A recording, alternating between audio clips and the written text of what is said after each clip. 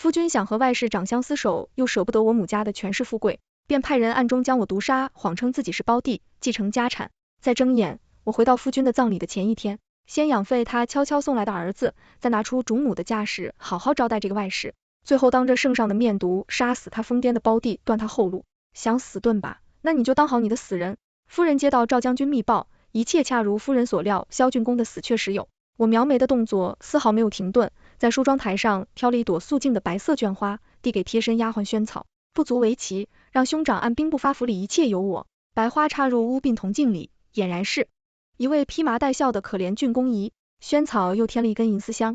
珍珠的步摇在鬓发边，算是压压身份。夫人放心，城南西北庄子里赵将军派人死死盯着呢，他倒是心狠，为了个外室女，预备着是七杀地。到时辰了，扶我起来吧。萱草搀起弱柳扶风的我捏着手帕，从进入外厅那刻起，开始掩面悄声哭泣，声声悲鸣，任谁看了都会感叹我这个做夫人的对萧郡公的一片深情。可惜故事没有那么美好。我和萧子谦是隔着杀身之仇的表面夫妻，萧赵两家是先帝御赐的婚事，我赵家在大周根基极深，这桩婚事是先帝开恩保的，是他萧子谦的平安富贵。赐婚谈不上什么举案齐眉相敬如宾，确实是生活常态。这日子要是这么过下去，也算挺平和。可偏偏他萧子谦要作死，爱上了一个外室女。先帝赐婚，萧子谦哪里敢纳妾？两个人蝇营狗苟，先是萧子谦利用假死脱身，和外室女双宿双飞。但是这吃惯了山珍海味的人，真要让他为了爱情吃糠咽菜，又怎么会肯？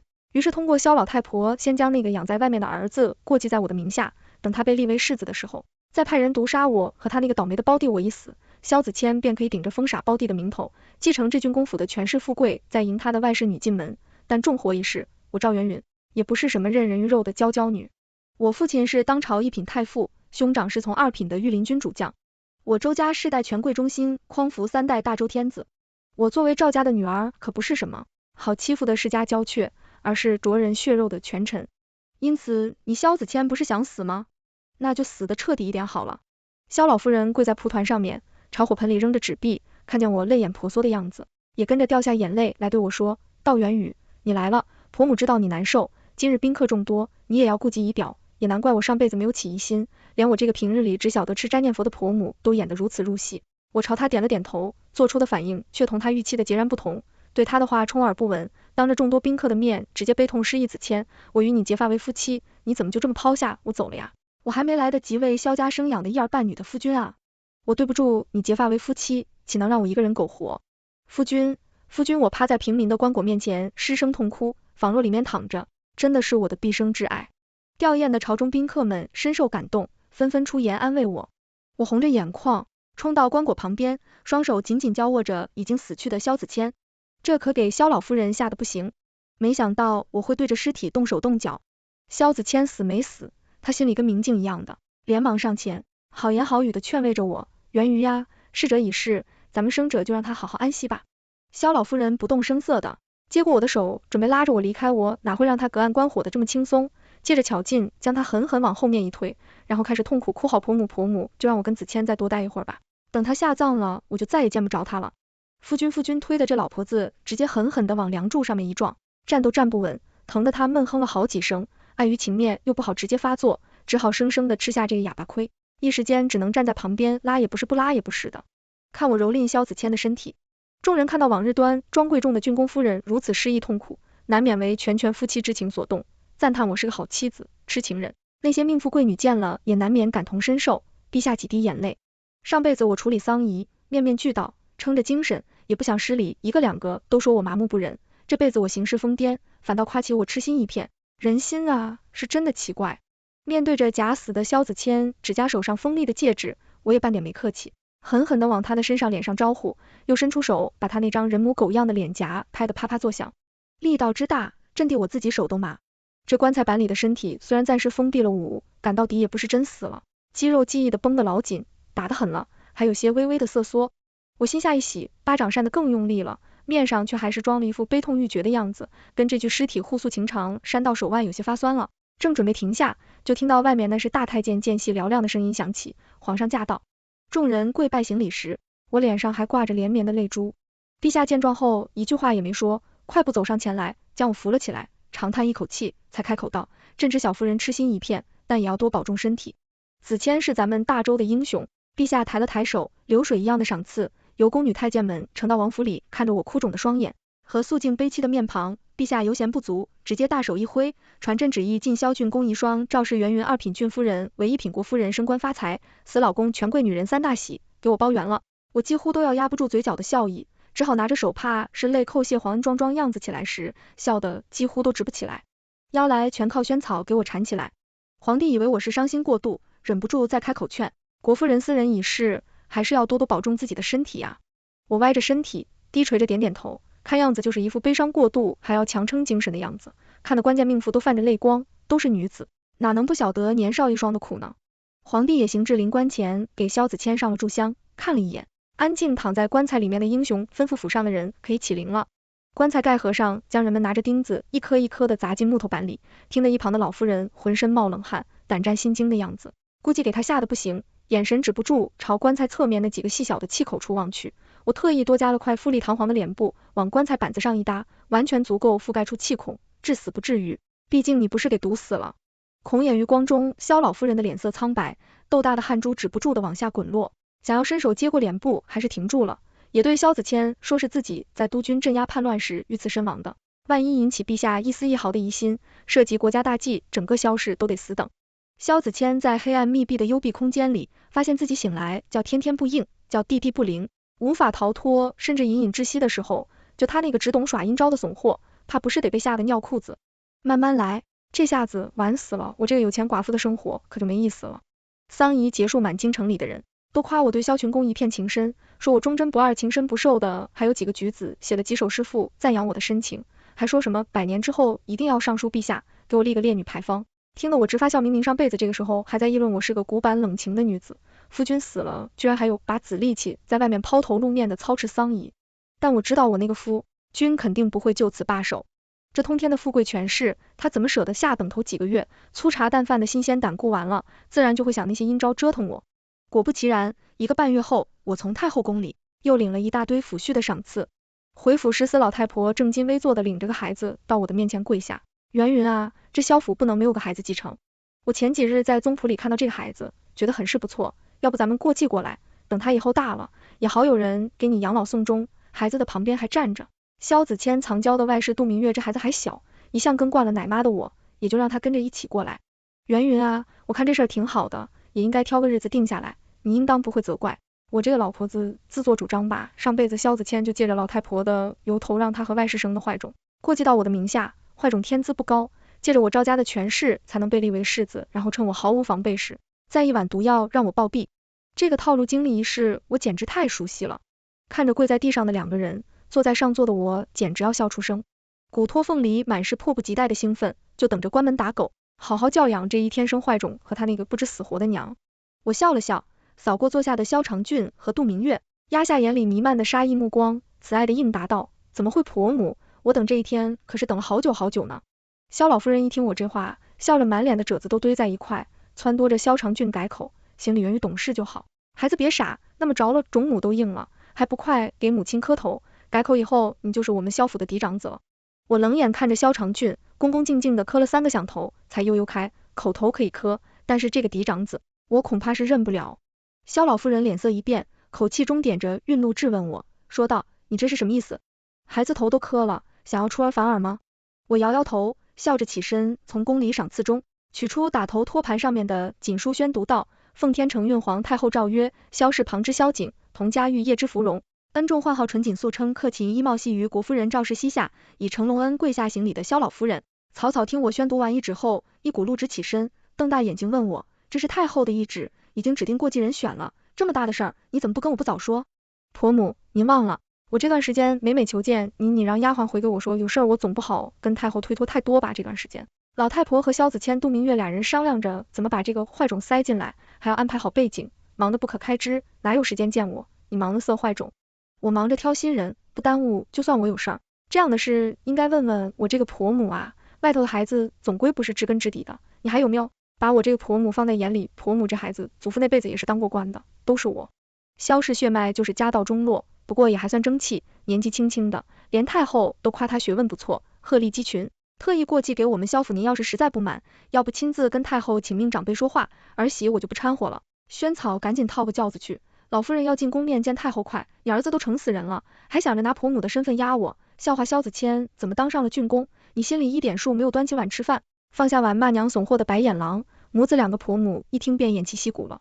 家里全靠萧子谦他爹给先帝挡刀才得的阴风，半点实际都没有。何况这太后还是出身赵氏女，这不是上赶着找死吗？圆云婆母不是那个意思，太后的意思肯定是极好的，只是这个孩子来都来了，总不好再赶他回去吧，要不一起收下了。两个里面挑个拔尖的，再立为世子。我眼神一亮，等的就是他。这句话也好，只是太后的懿旨在先，尊卑有别，也不好让这小孩没名没姓的养在萧府那萧长郡，就勉强收为义子吧。若是日后课业好了，也记在我的名下，也称作嫡子婢世子。这事儿不急还小呢，看看苗子再说。旁边的杜明月一听我这话，顿时就急了，抬起头出声，成俊怎么能做义子呢？这义子不受重视，成俊他……我抬起手，利落的一巴掌扇过去，主人家说话，轮到你的奶妈说三道四，学的什么规矩什么东西，自从跟着萧子谦后，杜明月早就摇身一变，成为穿金戴银的尊贵人。这次要不是为了萧长俊能当上世子，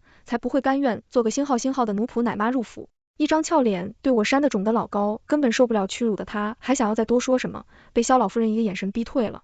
安安静静的跪在我的面前，只是太关心成君少爷了，这才激动了些，求主母息怒。啪！我反手又是一个巴掌跟主母，我来我去，你不过是个星号的婢子，学的什么规矩？重说扇得杜明月眼泪直流，压抑着满肚子的恨意，捂着脸，言语含糊无避，只是太关心成君少爷了，这才激动了。细求主母息怒，我挑了挑眉。舒坦了以后，日子还多收拾他，也不必急于一时冷静了国子监，好果子还在后面呢。行了，叶女士初犯，不懂我们萧府规矩，不跟你计较，你先去赵公公那里学个百越规矩，再来院子里服侍成俊少爷吧。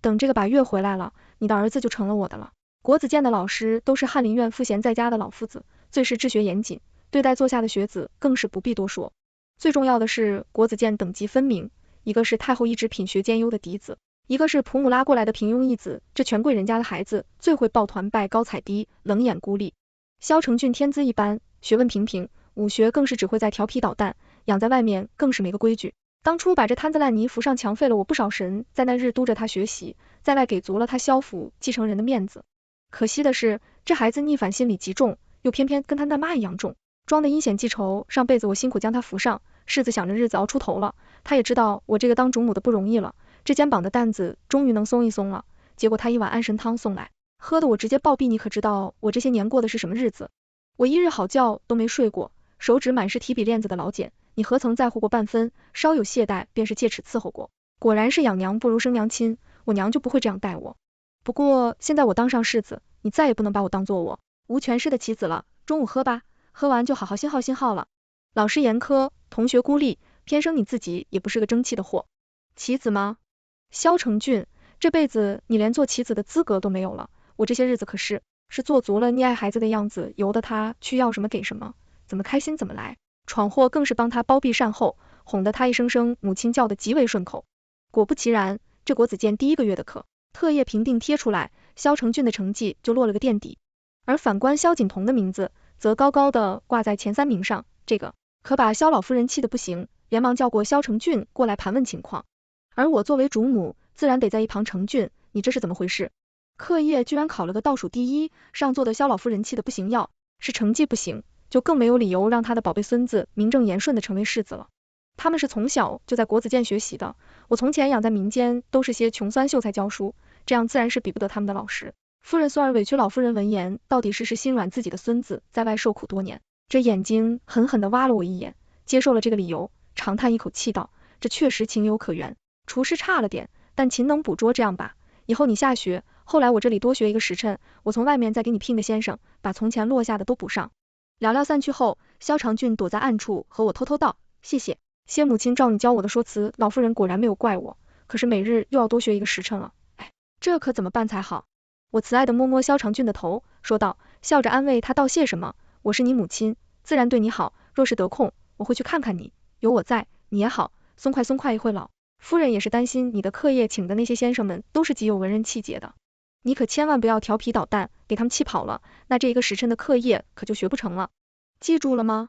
萧承俊听完我的话，顿时醍醐灌顶，谢谢母亲，我记住了，若是得空，你可一定要来看我呀。果不其然，先生给萧承俊教课第一天就被他气得吹胡子瞪眼的，闹得萧老夫人院子里鸡飞狗跳的，然后是再加了3倍的银子才将他留了下来。萧承俊在旁边一句，你们文人怎么也满身的铜臭味，为了点钱就留下来了。烂人气的那位先生差点当场处住，被服从拦下来后直接拂袖而去。我赶到时，现场正是乱糟糟一团，赶紧上前安抚萧老夫人，走，我就走了吧。婆母承俊说的也没错呀，这真正的文人都是风骨大于命的，真要是为了点钱就留下的，能教承俊什么好东西，别把孩子带坏了。婆母缓了缓气道是真听进去了我的话，底下的承俊冲我投来感激的笑，我回递给他一个安心的眼神，倒是有点理，那这下次来的先生，我可要亲自把关，一个两个三个，无论来了多少先生，这些高承俊总归是有办法给他们气走。再到后来，萧老夫人也请不到什么好一点的先生了。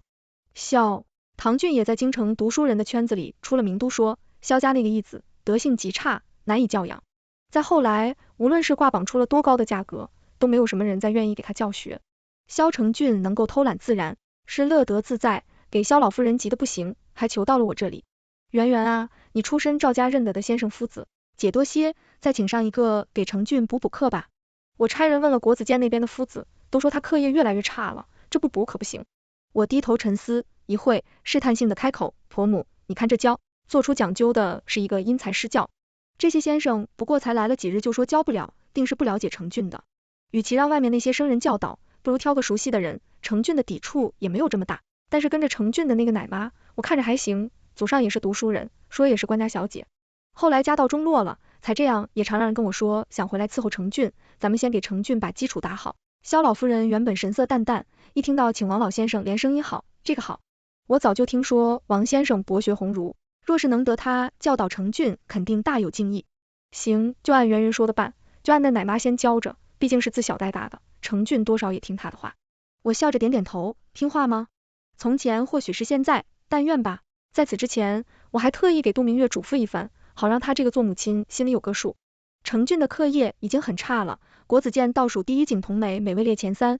要是再这样下去，我也就不折腾了，直接请封景同为世子了。你作为从小陪他一起长大的奶妈，得多上点心。从你这边基础扎稳了，我就去请王老先生来，你也是读过书的，想必也知道王老先生的学问功底。可惜的是，王老先生明年就要回乡养老了，留在京中的日子是过一日少一日，你得好好用心教导承俊少爷，听明白了吗？杜明月虽然对我是恨之入骨，但这件事涉及到萧承俊的世子之位，可是半点不敢怠慢，认真的点头回话，我奴婢明白了。杜明月一去，便给萧承俊制定了严格的学习计划，别说下学后了，就连今天在国子监学了什么书，听了什么课，都要细细的汇报。为了追赶上萧景童，更是夜夜挑灯夜读，学到深夜3更才睡，5更杜明月便催着萧承俊起床了日，是这样，难免会有些懈怠，气得杜明月没有办法，只好让他喝些提神石菖蒲远志、莲子心的药汁，苦得人头脑清醒。作为一个好母亲，我自然会适时的准备一些甜口的早膳，让他压一压承俊啊。这是菖蒲最是胃苦，吃块桂花藕粉糖糕，缓缓炖。奶妈，这学习虽然重要，但我看承俊眼下乌青一片，也是要注意承俊的身体呀。课业若是累了，就帮他好好歇一歇。劳逸结合，满脸慈爱的送萧长俊上车后，我又特意安慰杜明月说道，我知道奶妈从小跟着承俊长大，盼他成才，我瞧得出来，承俊对于学习意识没有兴趣无碍，女童是个好孩子，他若是疯了，世子会对长俊好的。听了我这话，杜明月背击对萧长俊的督学更加严厉了，甚至掏出了戒尺进行督学，再配以罚抄罚站等一系列措施。萧长俊心里的不满越发严重了，从前争执是偶然现象，现在时常能听到院子那头激烈的声音，你可以才知道国子监那些人是怎么欺辱我的，说是野种进了萧府义子，根本算不得萧府的人，说我是星号胚子承俊，等你学习好了，他们自然上赶着巴结你了，星号都在星号，为什么我会是这么一个星号的出身，这些星号的猪喽，一个个都瞧不起我，总有一天我要把他们全踩在脚底下低声血。这样的话若是传出去了，你以后还想不想再不国子监读书了？读书，你就知道读书，你根本就不关心我，什么星号奶妈都是吵了凶了点，我便会佯装焦急的过去，平时度奶妈，这可使不得成。林俊是个小孩子，心性有时候气急了，说话没注意，戒尺没轻没重的，万一给身体打坏了，可怎么办？又摸了摸萧长俊的头，温温柔柔的说道，这字迹潦草的失常，王俊大抵是累极了。这样吧，让他先去我那里眯上2个时辰，你呢，好好和奶妈道个歉，这事就这么算了吧。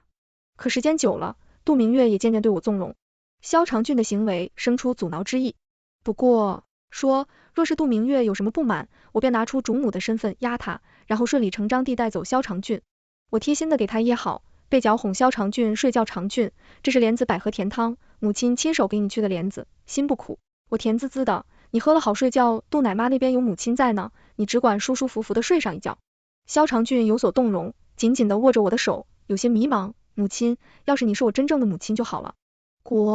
再见了，一些同窗都不会像我星号的意思了，也不会瞧不起我。傻孩子，我可不就是你母亲吗？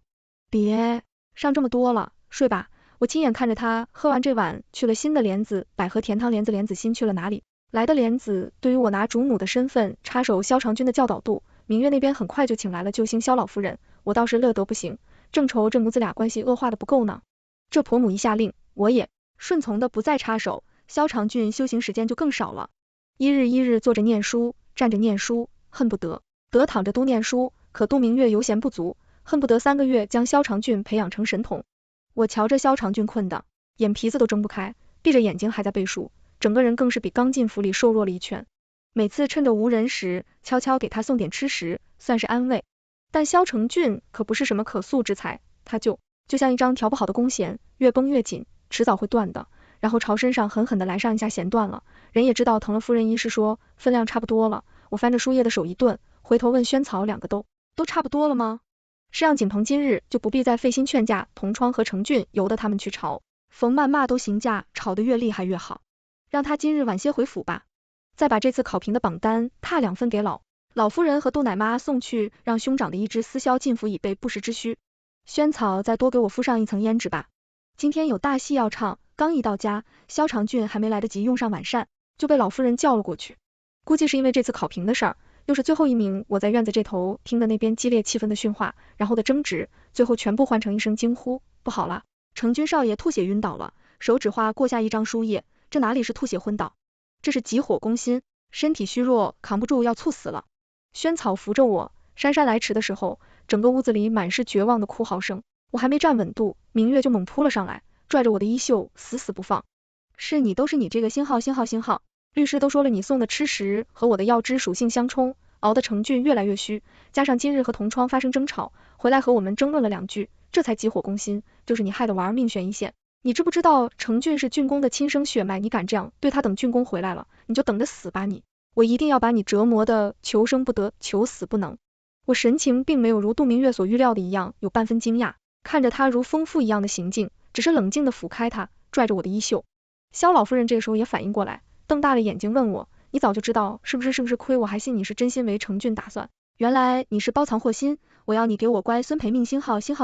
他。我一巴掌给萧老夫人扇倒在地，这了他蛮久，他是真的有点聒噪，老人家就应该好好休息。来人啊，请萧老夫人在内室椅子上好好安歇一阵，嘴里吐不出什么好话，赌注就是杜明月一开始还嚣张跋扈，一看到身穿铁甲的四萧进场，脚步直直的往后退。我告诉你，你要是敢对我们做什么，你先不会放过你的，你别过来。我摇摇头，递给他一支信号弹，把他叫过来吧，主角不在，你们2个人唱什么戏不敢，那我就亲自拉响了。修宪号弹升空，一盏茶的功夫，我见到了久未谋面的夫君萧子谦一到，便迫不及待地将杜明月揽入怀中，柔声安慰疯女人，原来你早就知道我是假死那块链不是你故意割的吧？你知不知道我冲他笑着点点头，害得你差点窒息在棺材板里面大小便失禁是吧？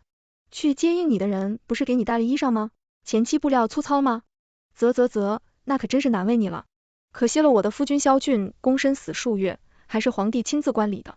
你一个乡野村夫，还想冒充皇亲贵胄，嫌命活得太长了吗？像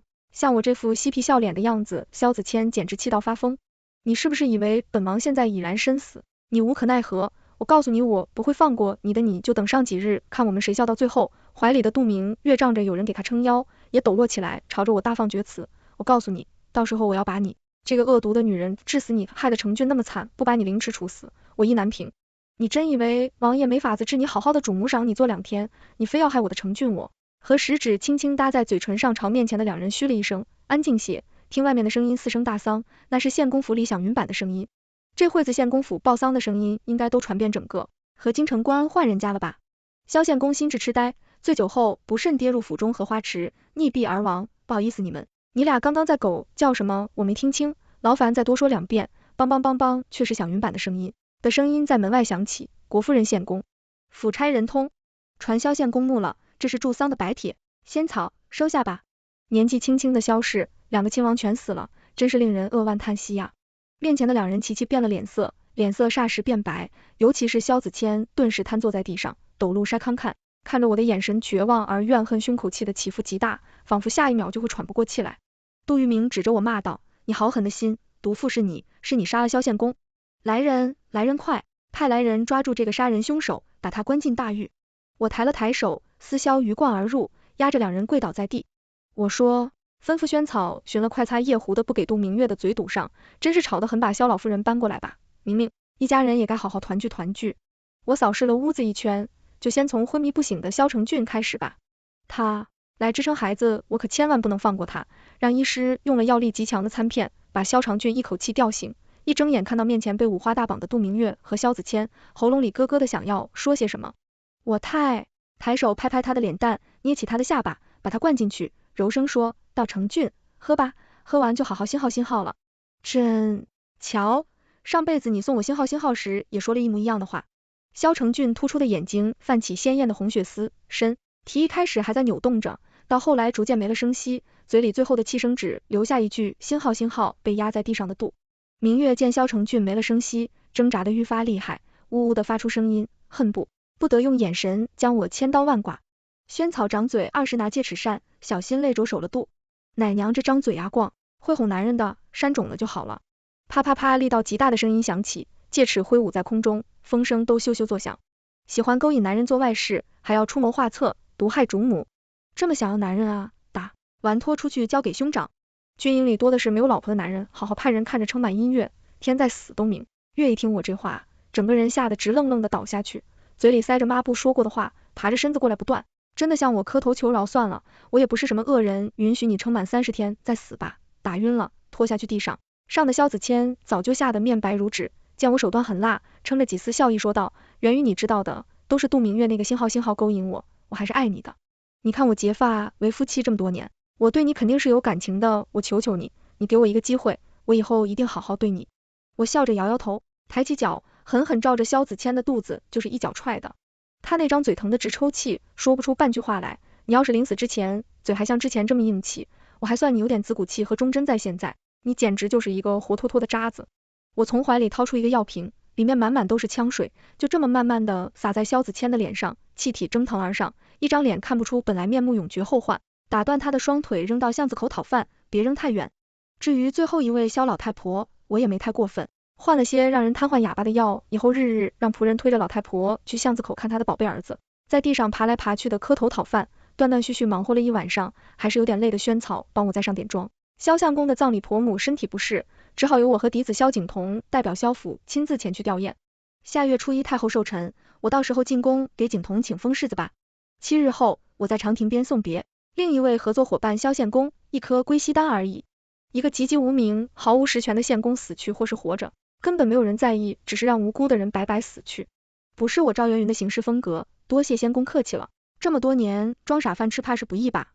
不是一个娘肚子里爬出来的，他们俩对我和我娘恨之入骨，若不是这样，难以保全自己国夫人见笑了。多谢郭夫人，让我能重新安心活上一遭。我娘是蜀地人，我也想回去看看，客气了，我只是个商人。景彤确实是个不错的孩子，多谢你当初带他见我蜀地多艰，一路多保重。他是个好孩子，日后会有大出息的。国夫人保重回来的时候，碰见看到萧子谦在巷子口磕头要饭，脏乱的头发，蜡黄的脸整个人饿得像一具骷髅，身上散发着难闻的恶臭。路人离得近了，都要皱着眉头踢上一脚去晦气。偶尔有好心的老板老板娘倒点 solo 的泔水，萧子谦一溜烟的爬过去，舔食不住。远处仆人推着萧老夫人，看着这一幕推近点。他年纪大了，离远了，我怕是看不清兄长的尽孝，同我低声汇报着杜明月的情况。昨晚晚上死了，浑身恶臭，那的军禁营里的草绳上吊死的，则连7天都没有撑过去，2个月后京城的冬天一如既往冷得可怕，巷子口冻死了个无人问津的臭乞丐，